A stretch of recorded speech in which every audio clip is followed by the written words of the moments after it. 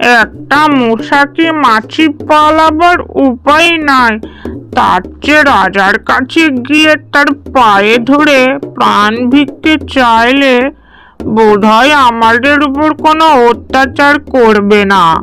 মহারাজ বললেন, মন্ত্রী, তাই চলুন, যাওয়াই যাক।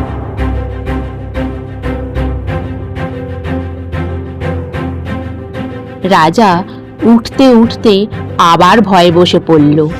তার হাত পা ঠক ঠক করে ভয়ে কাঁপতে লাগলো।